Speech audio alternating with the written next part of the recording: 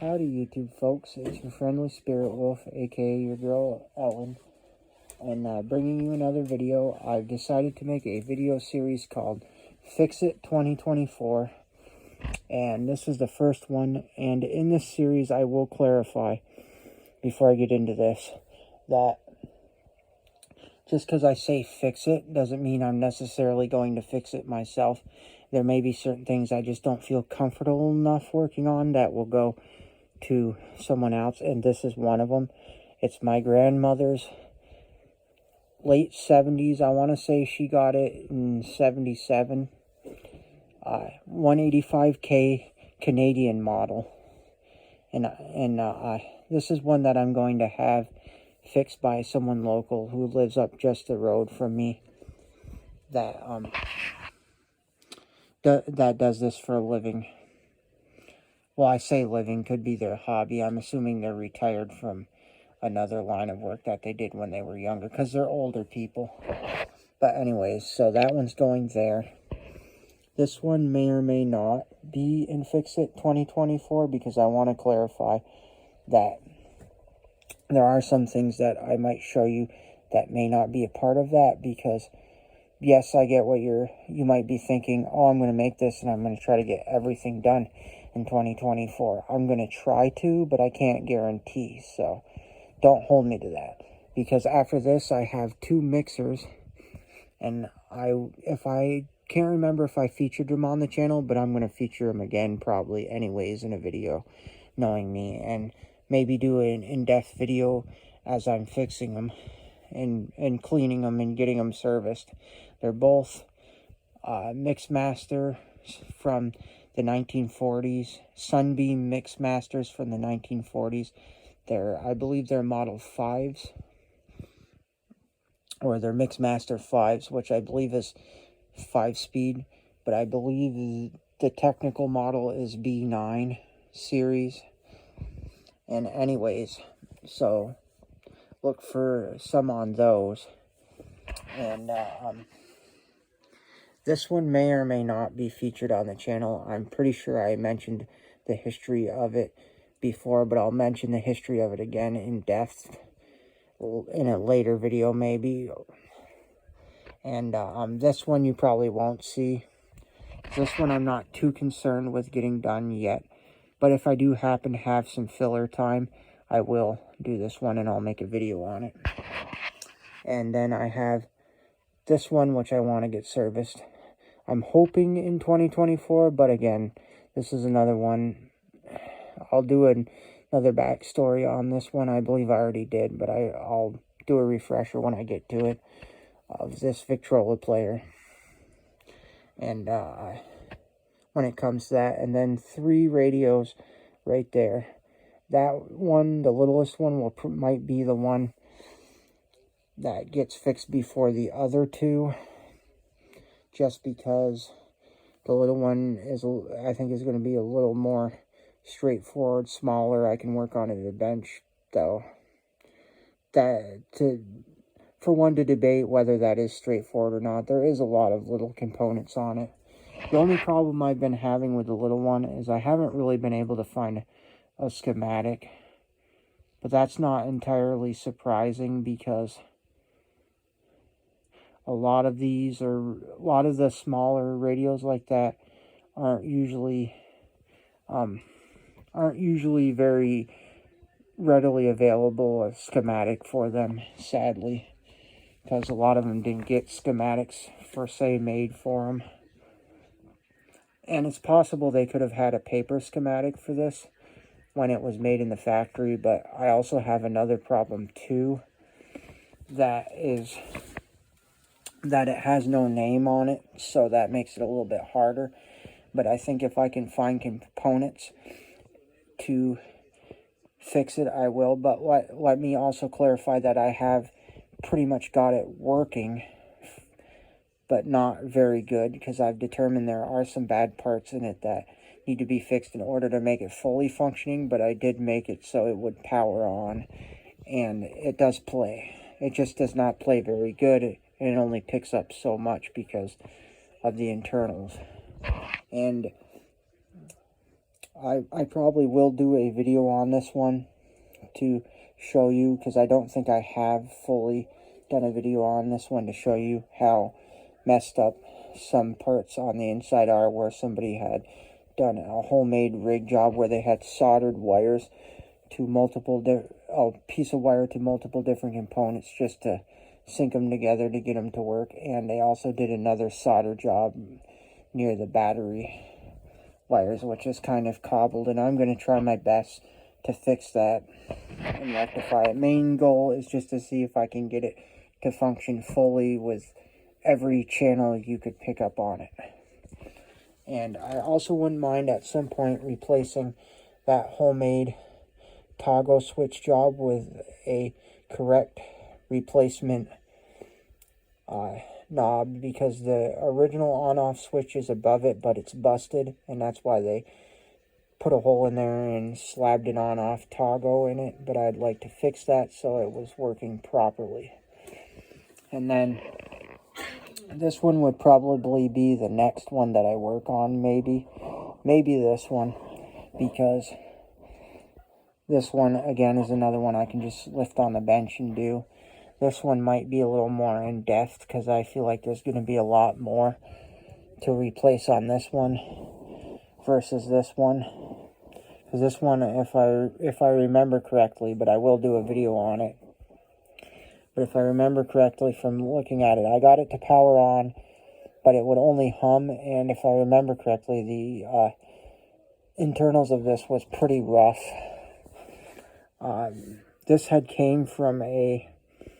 This was one that was acquired years ago, and it came from a yard sale / estate sale, where the guy's father had it in his family for years, and he put this cheap aftermarket panel on there. But then when his father was kind of like done with playing with them, they got shoved up in an attic above a garage, where I'm assuming it wasn't full on exposed to elements, but I'm assuming there was maybe a little bit of like moisture or something in there. And this one is not in entirely bad shape. I believe, yeah, there's some spots right there where the veneer is peeling, but it sat up in that attic for a long time, and I think that didn't help with a lot of the components on this. Because usually when you fix them and you make them good, you kind of should keep them in your house and not in an area like that, because if with the hot and cold, I don't think it does very good on certain components in these. And so I know this one is going to need to be gone through. Plus, I believe this was probably done most likely in the 80s to early 90s type of restoration. So it's definitely best that I go through it again, because nothing against the 80s and 90s, but back, especially in like the 70s and 80s, when people were restoring these things, there was still a lot of the old school paper style filters floating around, and a lot of like just get it fixed, make it work, and do the bare.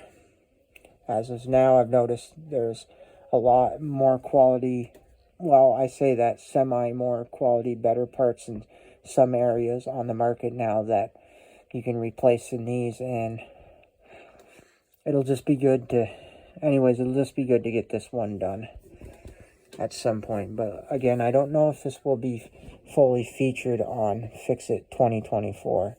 If I can get it, yes. If not, it just sits until I get around to it. Same with this one. And same with this one. And, well, kind of the same with all of these, but I definitely would like to, at some point, if I can, during 2024, find someone to service this one. Because, again, like I said, I believe I've done the backstory on this TV. And yes, I know that it's one of those 1980s junker televisions that were not the best made TVs ever. Because it's not like it's an RCA or something of a slight better quality from the 80s. It's a Sears 5000 SR remote control model, which the remote control got busted years ago. But if you've watched my videos, and I'm pretty sure I covered it, and like I said, I'll cover it again when I get back on this one again, then you'll know the reason why this TV is so significant to me and why I care so much about getting it fixed.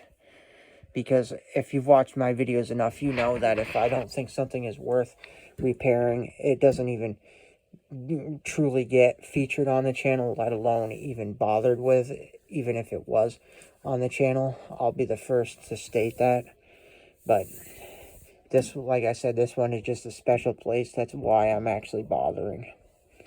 This one does power on still, but it just doesn't shut off, and it's very fuzzy, so it needs a service. But I'm yet to, in my area, find somebody that'll actually work on this, because this is one of the ones I don't want to do myself, because I'm not confident enough, I think, to jump in and repair this. And because of what it is, I'd rather it done right.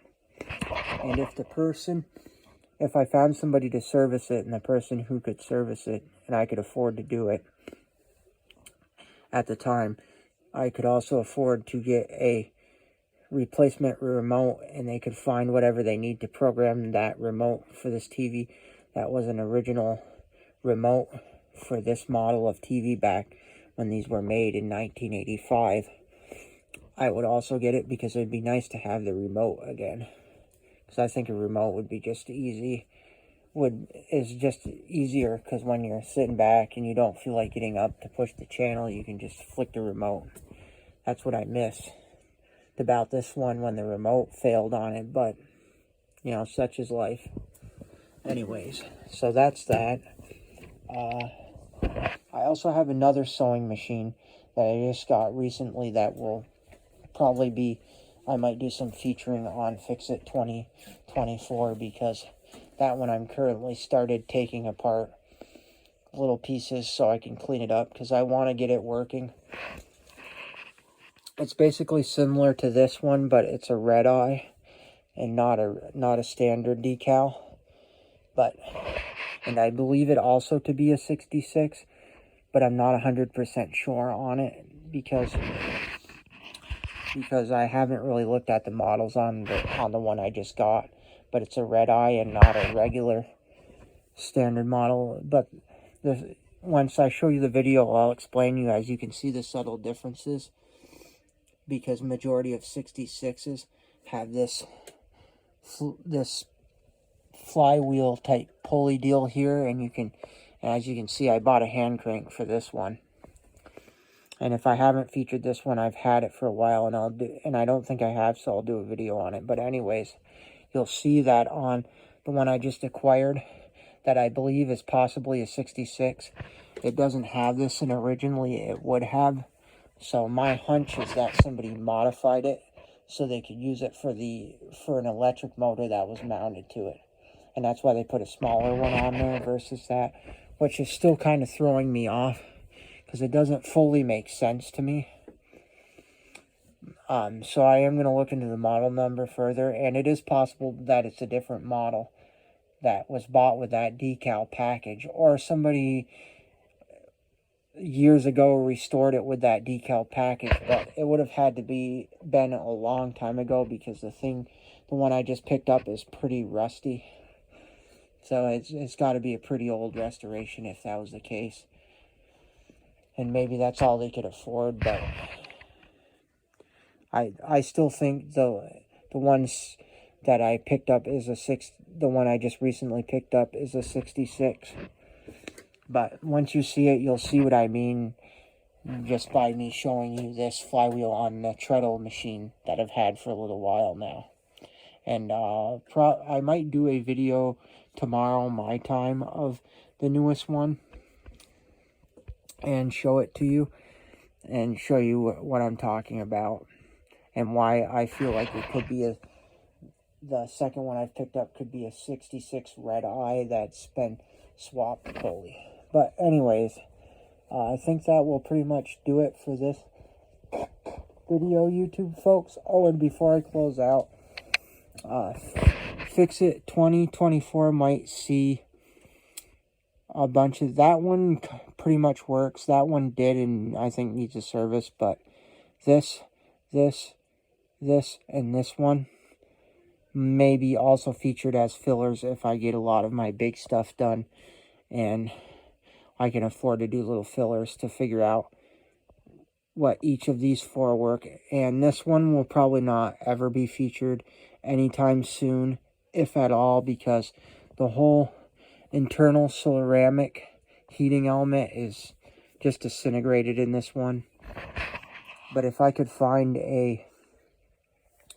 another one that's maybe in rougher shape, but the ceramic heating element's in good condition, but the body is not so good and it looks a little worse for wear, and I could get that heating element out of it intact and swap it into here, I would. Or possibly I thought about trying my hands, because I've always wanted to learn pottery, at seeing if I could custom make a replacement heating element for this and use the original components that mount to the ceramic heating element. Like there's a spring coil in there, and see if I could salvage those bits and the prongs for the cord that are in there and make it so I could mount them into the new ceramic element, and basically like a new old stock part, so to speak.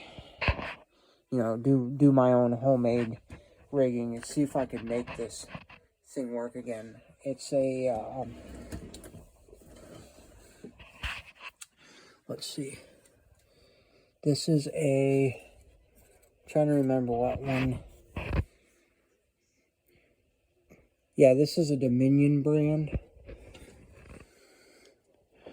and I believe it to be 1920s at least. That's why I really want to see if I can build a new ceramic heating element, and someday I'll make a video on this, maybe showing you by taking it apart the crumbled bits inside of the heating element, because I already did that, but just quickly slapped it back together so I wouldn't lose any of like these prongs for the cord right there, or any part like that. And then of course these, if you know hot irons like I do, and you know these ones pretty well, these 3 are all the part of the GE General Electric travel irons series. And you might be wondering why I have 3 of them, and here is the reason why I have 3 of them. Because each, well, I don't think you can really see it very well because of lighting's, but take my word for it, and I'll show you in depth more as I do more videos. These 2 both have the white, but this one has like a black Bakelite round knob on this lever, so it's slightly different. I think that's because it's a slightly different year than these 2, but these 2 are kind of identical. And I was at an antique shop and I saw another one, so I might at some point be ending up with another one of these. Not that I really need 4 of these, because I think 1 is enough, but here I am, of course. And obviously this one's another GE. This is a step up for the household. And then this one, I believe, and I could be totally all wet, but this is a GE, but I believe it's, and I could be wrong, but that cord is a repower cord on it, but it's an older repower, like done probably in the 50s or 60s, because I don't think from factory this would have came with this blue cord, but I could totally be all wrong. I would love for somebody to tell me, but this one actually works. And I had this one working, but it started acting funky, so I'm going to see if I can get that one as well and fix it 2024. I was going to trade that off recently, but because it matches my grandmother's sewing machine, that's why I'm keeping it around. It's a Toastmaster from the 1950s. So anyways, YouTube folks, enough of my, oh, and I do want to get this working too, this Tom Thumb kids typewriter, until I can get my big one working, which won't be in Fix It 2024, I don't think. But anyways, before I continue rambling on and this video gets even longer, I want to thank you YouTube folks for tuning into my video. and listening to my rambles. And of course, as I'm closing out, I see another one yet I forgot, which is this, which is a 221 featherweight that's down there that'll also make a video. But anyways, I want to thank you for tuning in, stopping by, enjoying my content, hopefully. And as always, keep your heads up, stay strong, all that kind of jazz. Have an excellent time, whatever it is, wherever you are. And as always, sunshine, unicorns, and rainbows. I will see you in the next video.